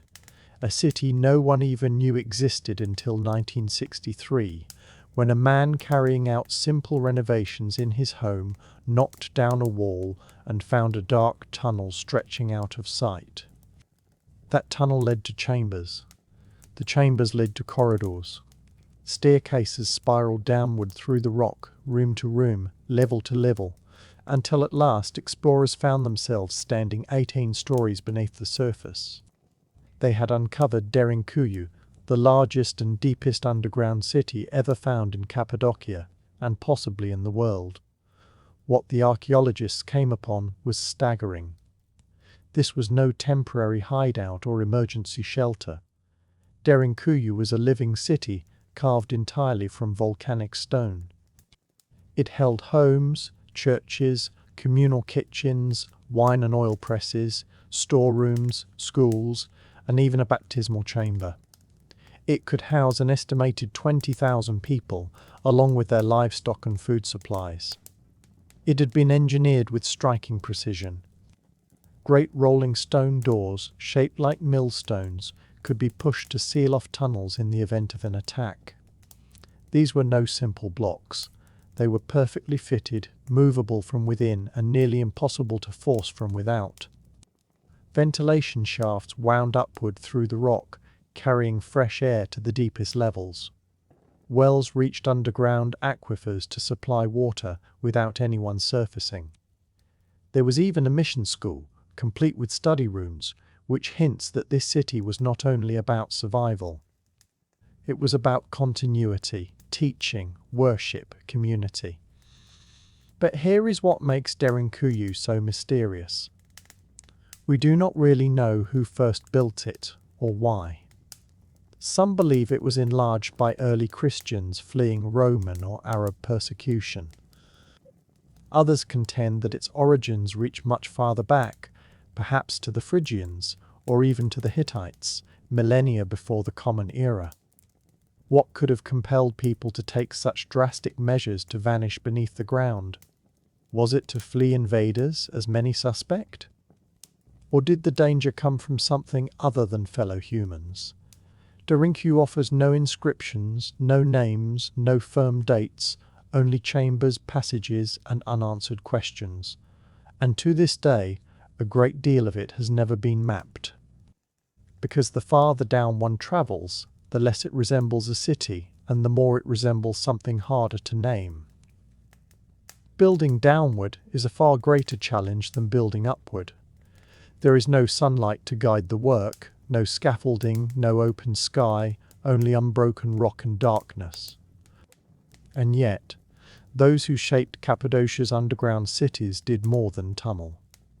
They planned with striking intelligence and care, fashioning spaces capable of sustaining thousands of people for months and perhaps years on end. These were not frantic burrows dug in a panic.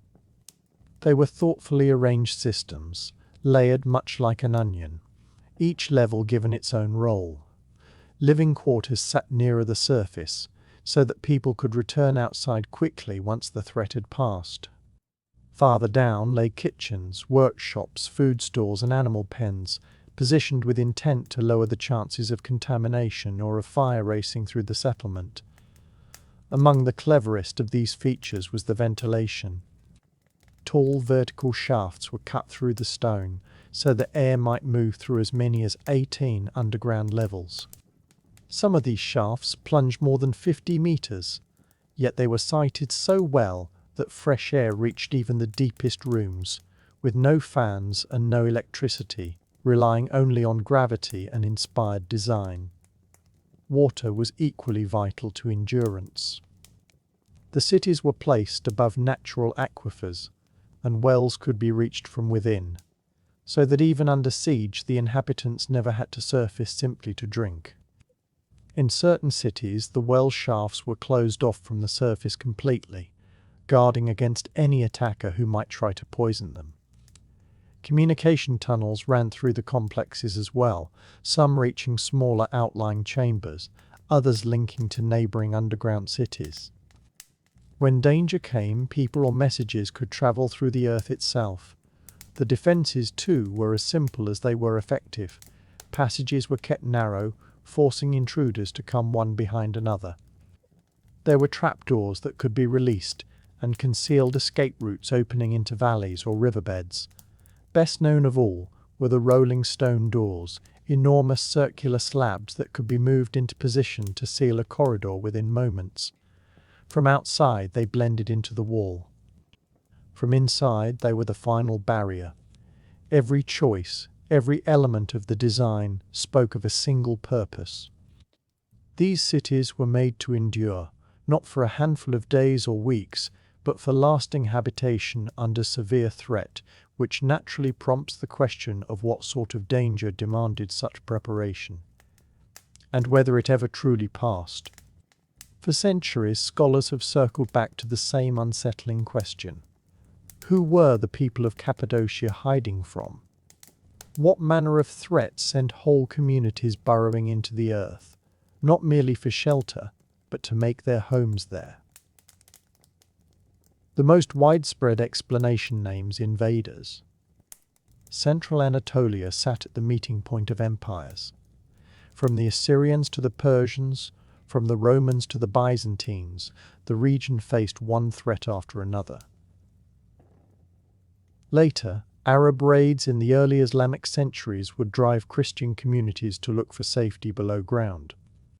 Derinkliu and Kaimakli may well have become refuges during these tides of violence, letting people slip into the rock and wait for the peril to move on. But a difficulty remains. The depth, intricacy, and sheer size of these underground cities suggests they were never thrown together quickly. This was no act of desperation. It was a long undertaking that called for generations of digging, engineering, and gradual improvement. Some of the deepest chambers seem to come from before Christianity altogether. So who carved the first layers? Certain historians follow the earliest tunnels back to the Hittite Empire, close to 4,000 years ago. Others propose that the Phrygians widened them. Yet past these informed guesses, the record falls quiet. There are no inscriptions, no carvings, no plain evidence to tell us who first disappeared beneath the surface, or what they were escaping. That is where the theories take hold. Some hold that these cities were raised not to escape other people, but something else entirely. Natural disasters, events in the sky, even ancient warfare that might have scorched the heavens and spoiled the land. More unusual ideas go further, proposing that the cities were meant to shelter their builders from beings not of this world, the sort described in myths across many cultures, sky gods, watchers, destroyers. The notion has its pull. Looking at the degree of secrecy, the air shafts hidden from sight, the escape routes, the stone doors, It can almost seem as though the builders wished to vanish altogether, as if whatever they dreaded did not merely attack, but pursued. However speculative such ideas may be, they point to a central mystery. However many layers archaeologists reveal, the essential question stays open. Who were they hiding from? And did it work? Because at times, the deeper one digs, the darker the answer grows. Picture living not merely for a day, but for months, perhaps years, wholly beneath the ground. No sunlight, no open sky, only stone walls, the wavering light of oil lamps, and the constant hush of a life led under the earth. For thousands in Cappadocia, during dangerous times, this was simply how things were. But what did an ordinary day within these enormous underground cities actually involve? For all the darkness, these were not lifeless places. They hummed with routine, thoughtfully arranged for shared survival. Families occupied compartments of several rooms. Kitchens were set on the lower levels to handle smoke more efficiently, and meals were prepared in clay ovens. The smell of baking bread likely mingled with the damp scent of stone and animals. There were churches and chapels cut with crosses and altars, some even holding detailed frescoes. People did more than merely survive here. They prayed, worshipped, and kept their rituals. There were shared spaces for gatherings, rooms where children were taught, and long corridors that carried the echo of voices and footsteps. Light came from oil lamps, dozens of them set along the passageways. Smoke was drawn off through cleverly cut shafts that served double duty as ventilation. Even so, life here was far from easy. Fresh air was in short supply. Darkness never lifted. And silence, when it settled, was complete. Water was drawn from deep wells bored into the aquifers. Grain was kept in sealed chambers to stop it spoiling. Wine presses and vats for olive oil have been found carved into the rock, a sign that even below ground life kept its flavor and its rituals. These cities were made for the long term. They were not a final, desperate measure. They were a prepared way of living. Livestock, sheep, goats, and chickens were held in dedicated pens, usually near the entry levels for easier tending and airflow. Their presence answered two needs at once: food and warmth. Despite the tight quarters, the builders grasped the psychology of endurance. Rooms were arranged so that families kept their privacy, while communal spaces fostered a sense of togetherness. Living underground was not simply a matter of hiding. It was about safeguarding a way of life, a culture, and a people. It is a humbling thought. While wars thundered above, whole communities carried on below, concealed in quiet. People married, raised their children, mourned their dead, all inside stone chambers lit by flame. To dwell underground was not to live in fear. It was to live with purpose. Cappadocia's underground cities were not solitary refuges standing apart. They belonged to something far larger. Below the valleys and hills of this volcanic land runs a sprawling web of tunnels, chambers, and hidden passages that appear to bind several cities together. Derinkuyu, Kaimakli, Ozkonak, and others may not have been separate settlements at all, but parts of the single subterranean civilization. Some of these tunnels stretched for kilometers, threading beneath the countryside like veins under skin, narrow, twisting, and often no broader than a person's shoulders. They were most likely used for quiet movement, for escape, or for carrying messages and supplies from one underground complex to the next. Derinkuyu and Kaimakli, two of the largest cities, are thought to be joined by such a tunnel, nearly 9 kilometers in length. That is more than impressive engineering. It is proof of coordinated planning on a scale rarely found in ancient building. If it is true, It means that several cities could aid one another during a siege or a crisis, working almost like an underground federation. But these tunnels were not made for convenience alone. They also served defense. Fitted with repeated bottlenecks, blind corners, and choke points, they compelled any pursuer to enter one at a time, making them simple to trap or ambush. Many were rigged with trapdoors and stone plugs that could be rolled into place to shut out intruders. Even so, the true reach of these networks is still unknown. New passages continue to come to light. In 2014, an even larger underground complex was uncovered by chance beneath Nebzehir, possibly outsizing even Derinkuyu. Archaeologists suspect it may hold dozens of levels, aqueducts, places of worship, and countless further tunnels yet to be charted. What were these tunnels really meant for? Were they merely escape routes, or the framework of a society built to live without ever being seen? The more we uncover, the more we come to see that Cappadocia's underground is not just a gathering of homes and halls. It is a system, planned, connected, and hidden beneath our feet for thousands of years. And perhaps, just perhaps, still more waits to be found. Whole cities buried not by time, but by design. Because in Cappadocia, the earth does not merely conceal its secrets, it keeps them safe. For all the decades of digging and study, Cappadocia's underground cities stay shrouded in mystery. The stone walls may be silent, yet the questions ring out louder than ever. Not only how they were built, but why. And where historical answers run thin, myths and alternative theories crowd in to fill the gap. One of the most stubborn questions concerns the real age of these cities.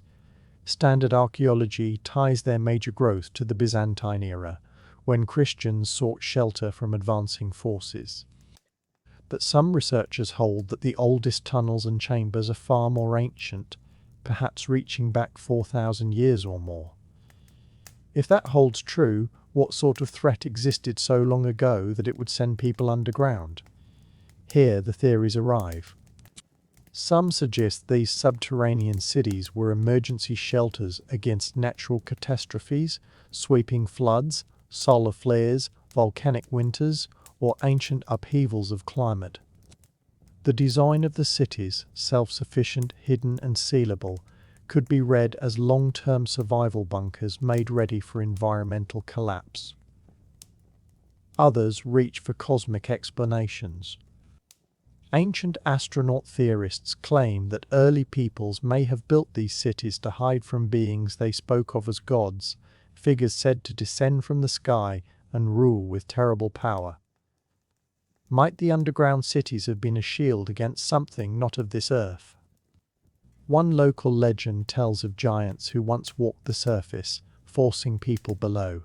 Others speak of fire from the heavens and enemies who came with burning eyes. To a modern listener, these may sound like metaphors or recollections warped by centuries of oral retelling, but they gesture towards something frightening enough to press whole cultures into the rock. There are theories, too, that lean on the symbolism of the earth itself. In certain ancient traditions, descending into the ground stood for a passage into the underworld, a figurative death and rebirth. Were these cities spiritual sanctuaries, sites of ritual transformation? Or were they never abandoned at all, but forgotten on purpose? The truth is that no single theory accounts for everything. The scale, the age, the precision, it does not sit neatly within our current historical framework. And perhaps that is the most disquieting part. Because sometimes what lies hidden is not merely history. It is the boundary of something we were never meant to grasp. Today, those who visit Cappadocia wander through dreamlike scenery, over valleys shaped by the wind, past fairy chimneys glowing orange in the evening light. Hot air balloons drift softly overhead. Yet beneath every step, the ground is hollow. Under all that beauty lies a world carved in darkness, one still holding its breath after thousands of years. The underground cities are open to travelers today. People make their way down cramped stairways, duck beneath low curved passages, and pause in chambers where families once passed the hours in stillness, hoping the threat above would move on. Even so, only a small portion has been brought to light. Certain rooms are still sealed shut. Certain passages give way into darkness. Certain openings appear to lead nowhere at all, or that is how it looks. These are more than crumbling remains. They stand as testimony, evidence that people will go to any length to stay alive, to shield their children, to keep their faith intact, to disappear when the world turns against them. And in choosing to disappear, they left something behind, a kind of message set down, not in words, but in rock. Their names are lost to us. Their individual stories are lost to us as well. But this much is clear. They were designers, builders, people who could imagine what was not yet there. They shaped something able to outlast century after century of quiet, something perhaps intended never to come to light. Cappadocia reminds us that the past does not always rest where we can see it. Now and then the deepest truths are buried deliberately, kept from invaders, kept from the inquisitive, kept it may be from time itself. And what is left behind? Mystery. Mystery in the flawless seating of the great rolling stone doors. Mystery in the shafts that still draw a breath of air up from far below. Mystery in the miles of corridors. No one has walked, still sealed, still dark.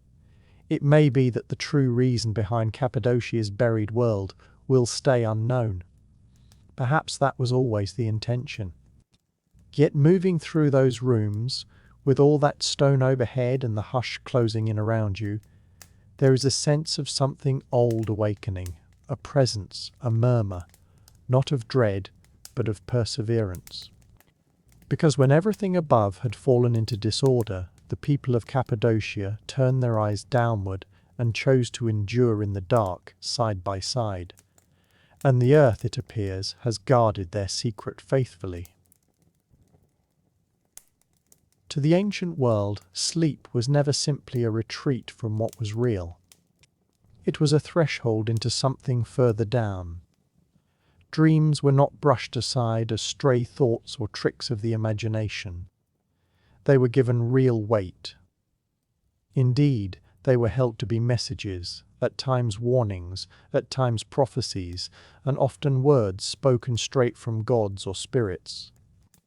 For the earliest civilizations, the line dividing the physical from the spiritual was never firm. It was permeable, and during sleep that line wore thin. Dreaming was a holy act, a mysterious one, and frequently a frightening one. It was in those still and defenseless hours after dark that the divine could slip into the human mind.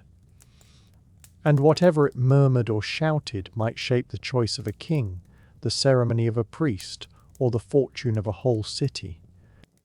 In nearly every early society, from the river plains of Mesopotamia to the shrines of Egypt and the sacred sites of Greece, dreams were held in high regard. People were convinced they were being visited not by daydreams but by genuine powers with genuine outcomes. Dreams might foretell a war. They might expose a betrayal. They might grant healing or call for sacrifice.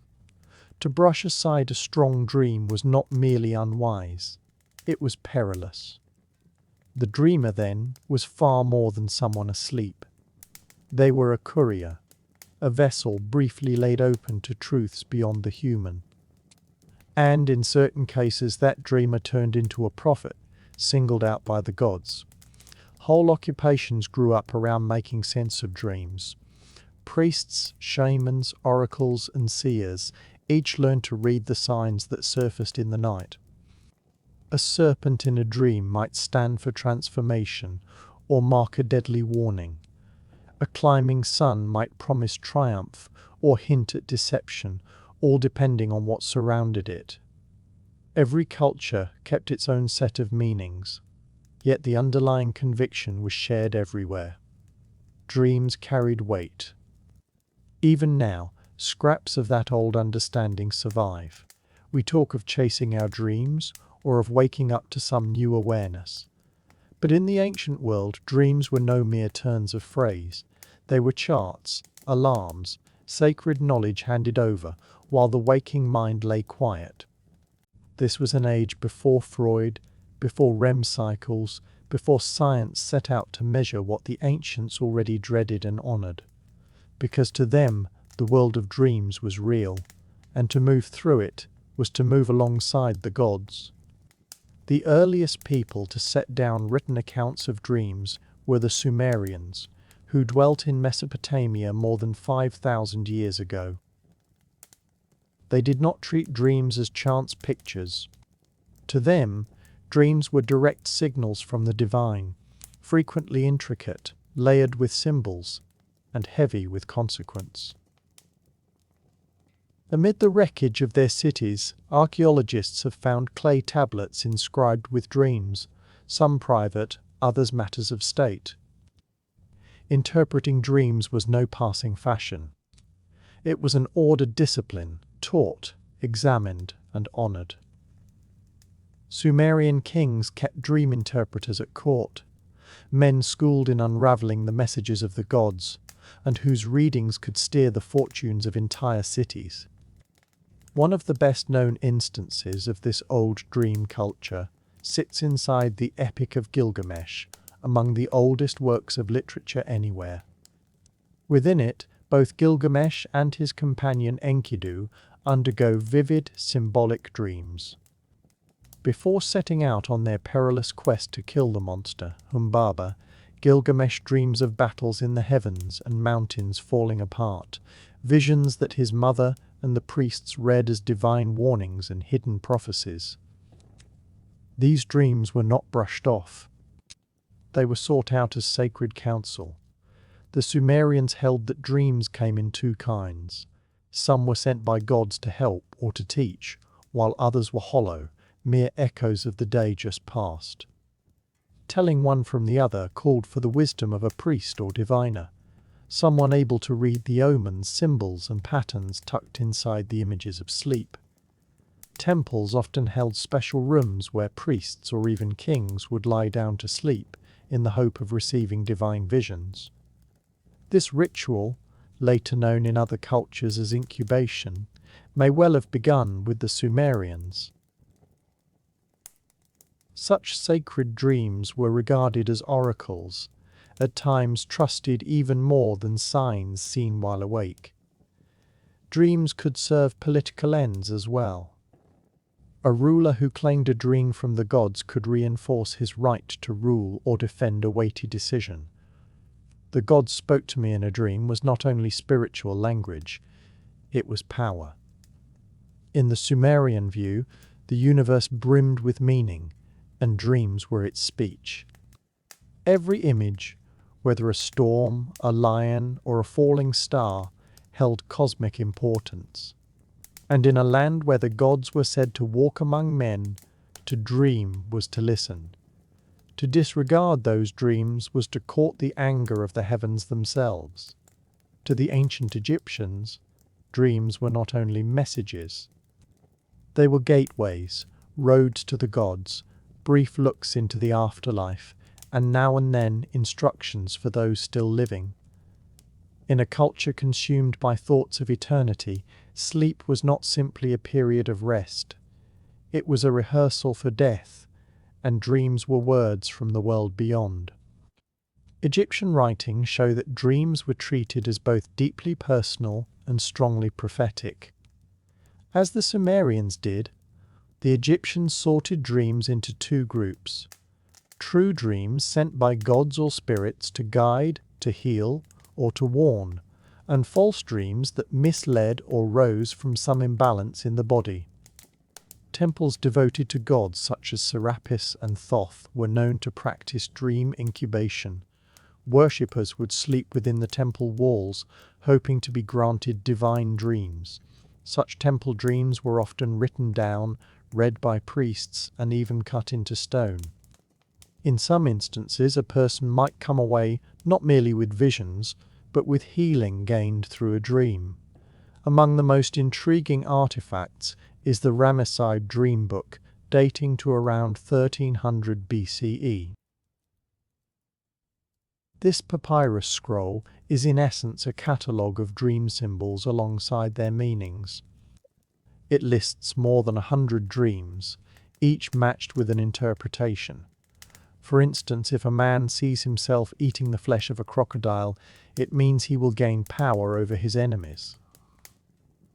Another entry cautions that dreaming of drinking warm beer signals sorrow on the way. These readings were taken in earnest. Pharaohs, generals, and priests alike sought the advice of dream interpreters, who served as go-betweens linking the dreamer and the divine. Egyptian belief also tied dreams to the ka, the soul. While a person slept, the ka was thought to leave the body and journey to other realms. Whatever it saw, there came back as dreams. Sometimes these were glimpses of loved ones long departed or meetings with gods bearing messages. On occasion, dreams were held to be visits from harmful spirits, and protective spells were spoken aloud to hold such forces off. Dreams turn up even in tomb inscriptions. Kings recorded how gods came to them in the night, granting divine approval for their rule or direction for their legacy. In the land of pyramids and gods, dreams were not illusions, they were revelations, and to dream was to step, however briefly, into the eternal. In ancient Greece, dreams sat somewhere among medicine, mythology, and philosophy. To the Greeks, dreams were more than a private affair. They were cosmic messages carried by gods, by heroes, or even by powers from the underworld. But unlike the civilizations before them, the Greeks also started to ask why we dream at all, planting the first seeds of psychological thought. The holiest site for dream revelation in Greece was the Asclepion, a healing temple devoted to the god Asclepius, the divine physician. Pilgrims travelled from all across the Mediterranean to sleep within these sanctuaries in a practice called incubation. Before they slept, they would bathe, fast, pray, and at times offer sacrifices, all to ready body and soul to receive healing dreams. In these dreams, it was said, Asclepius himself would appear, naming their illness or setting out a cure, and now and then even carrying out surgery within the dream. Temple priests, called therapeutai, interpreted the dreams and applied treatments according to what the gods had shown. This mingling of medicine and mysticism was held in great esteem, and it worked, or at least seemed to. The walls of the Asclepions were covered with inscriptions thanking the gods for miraculous recoveries. But dreams in Greece were not only about healing, they were political and prophetic too. In Homer's epics, dreams arrive straight from Zeus. In the Iliad, the god sends a deceiving dream to Agamemnon to sway his battle plans. In the Odyssey, Penelope speaks of two gates of dreams, one of horn, through which true dreams pass, and one of ivory, through which come lies. Interpreting dreams grew into a respected craft. Philosophers such as Aristotle and Heraclitus turned the nature of dreams over in their minds, wondering whether they sprang from the divine or simply from the stirrings of the soul.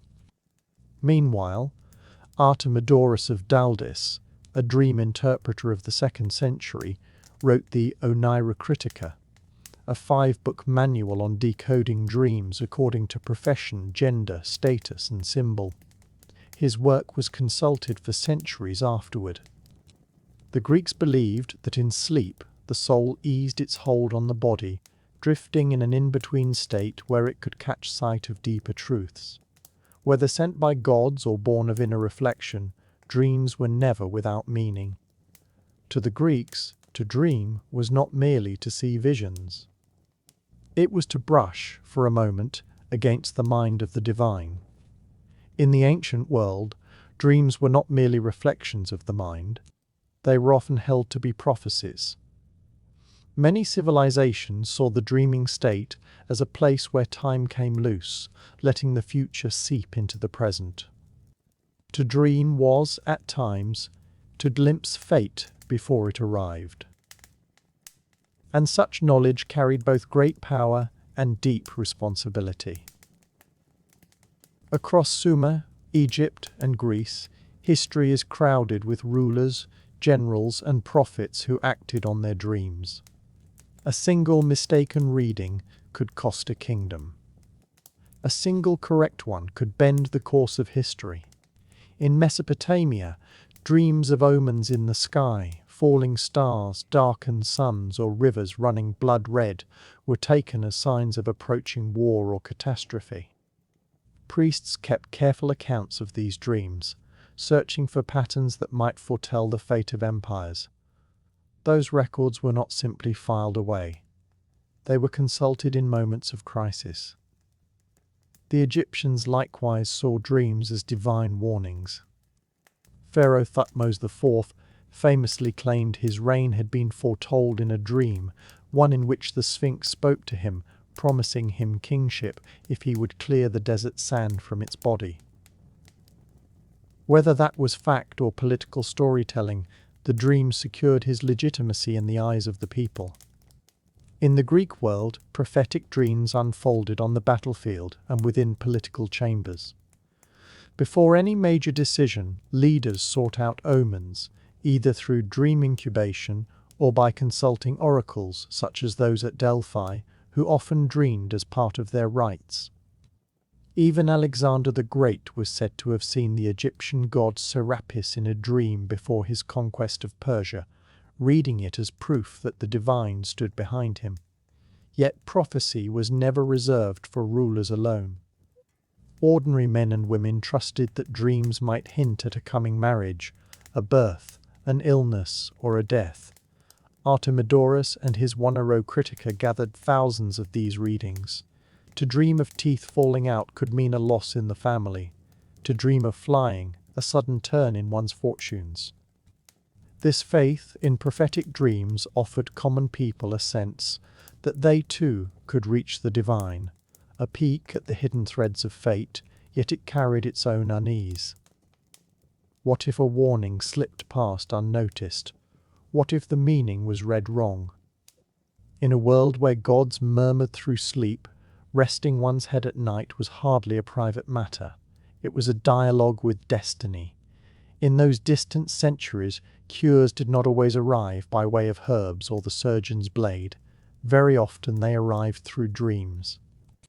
Sacred places of recovery, called dream temples, could be found across a great many ancient cultures. Those who came to them were not merely after remedies. They were seeking the intervention of the gods, and the treatment opened not with a potion but with sleep. The best known of these were the Asclepia of ancient Greece, sanctuaries devoted to Asclepius, the god of healing. But this was no purely Greek idea. Older peoples in Egypt and Mesopotamia had likewise held that dreams might reveal a cure or grant spiritual cleansing. Such temples were not refuges from sickness so much as places to draw near to the very source of healing, most often by way of a God-sent dream. The practice was known as incubation. A pilgrim would cleanse the body through fasting, bathing, or ritual offering before settling down in a holy chamber, generally after dark.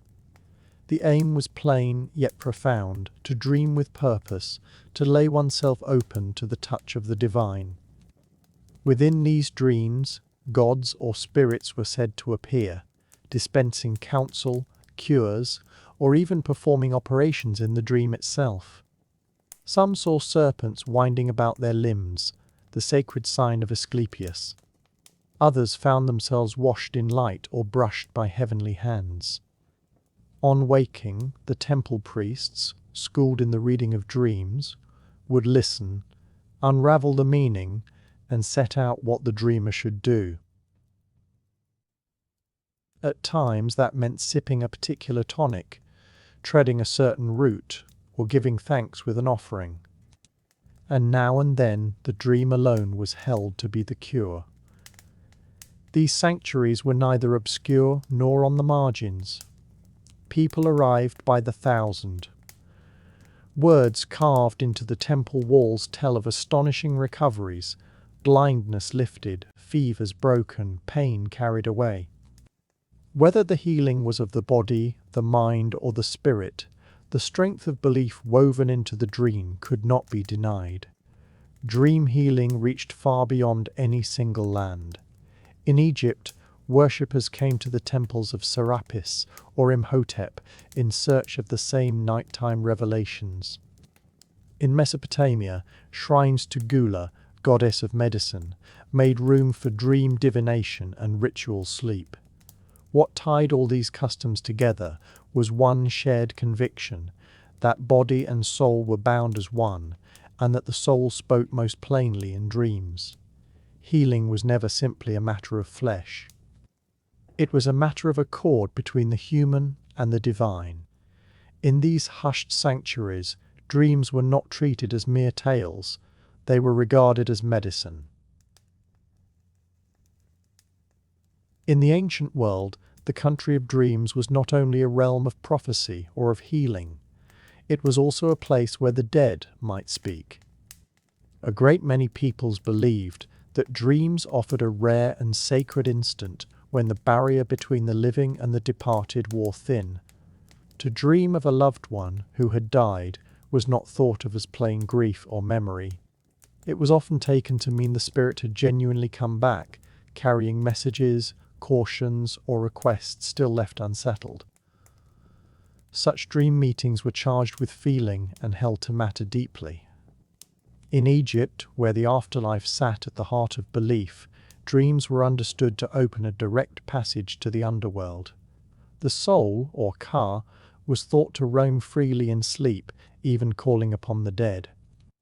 If a departed relative surfaced in a dream, it might signal displeasure, a want of offerings, or simply an outstretched hand of guidance. Egyptians would sometimes write letters to the dead tucked into tombs or shrines, asking for protection or aid in the hope that a reply would come through a dream. In Mesopotamia, dream visits from the dead were met with both respect and wariness. The dead were believed to keep their power in the afterlife, and a visitation could mean something had gone wrong, perhaps a burial rite left undone or a vow left unkept. Dreams of this kind were often answered with ritual cleansing or offerings meant to put matters right.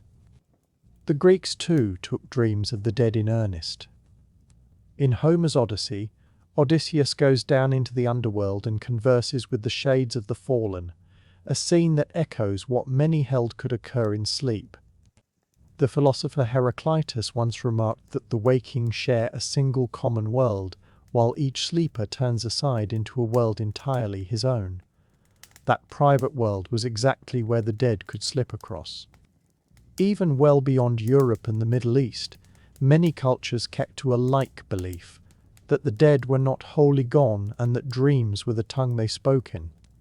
When the voice of a lost parent or child sounded in the dark, it was not felt as poetry, it was felt as real. To the ancients, sleep was no place to forget. It was where the past could still reach out, and now and then ask to be remembered. For the old civilizations, dreams were not simply messages. They were riddles, thick with symbols, odd creatures, impossible happenings, and signs from the heavens. Dreams were thought to bear a coded speech from the divine, and reading them was no small task. It called for training, instinct, and often ritual. In Mesopotamia, Egypt, and Greece, professional interpreters of dreams worked almost like priests or shamans. They pored over great collections of dream records, committed the meanings of symbols to memory, and learned to tell a true dream from an empty one. Their readings could sway public policy, medicine, even the conduct of war. From one culture to the next, certain dream images turned up over and over, and they were seldom meant to be taken at face value. A serpent might stand for danger in one dream and transformation in another. Fire could warn of ruin or of purification. Flight might mark the soul shaking off its earthly weight, or a wish to escape something in waking life. In Egypt, dream books set out hundreds of these symbols. To dream of drowning might hint at an emotional tempest still to come. To see oneself blind could foretell a spiritual awakening, or a hard truth hiding in plain view. These were not idle guesses. They belonged to a sweeping ancient vocabulary of symbols, honed across generations. In Greece, Artemidorus of Daldis assembled the One-Ira Critica, a 5-volume handbook of dream analysis. He stressed that interpretation was never one-size-fits-all, context was everything. A farmer who dreamed of a flood was told something quite unlike a sailor who dreamed the very same. The One-Ira Critica stands among the earliest known texts to propose that personal experience shapes a dream's meaning, a strikingly modern notion for the 2nd century. Dream interpretation was bound up with divination as well. Dreams were seen as a single strand in a wider web of omens, signs, and sacred messages. Dreamers might turn to oracles, cast lots, or perform ritual offerings to make plain what they had witnessed. Some even kept dream journals inscribed on papyrus or clay, not only for their own insight, but to share with their neighbors. For ancient people, symbols were not mere images rising from below the surface of the mind.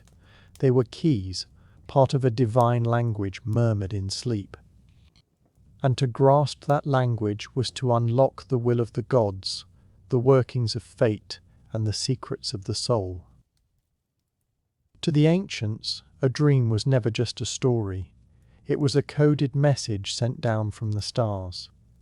Today we tend to treat dreams as passing scraps, strange pictures soon lost after waking, or at most raw material for therapists and artists. But to the ancients, dreams were far more than mental static. They were sacred, ordered, and honored. They brought guidance, healing, contact with the dead, and glimpses of the divine. Dreams were woven right into the fabric of living, threaded through medicine, religion, and government. So what changed? As science and reason gained ground, above all in the West after the Enlightenment, dreams were filed away anew, no longer tidings from the gods. They became byproducts of the nervous system, electrical impulses, fragments of memory, or the mind's way of sorting through feeling. The sacred turned clinical. The symbolic was pared down to the chemical.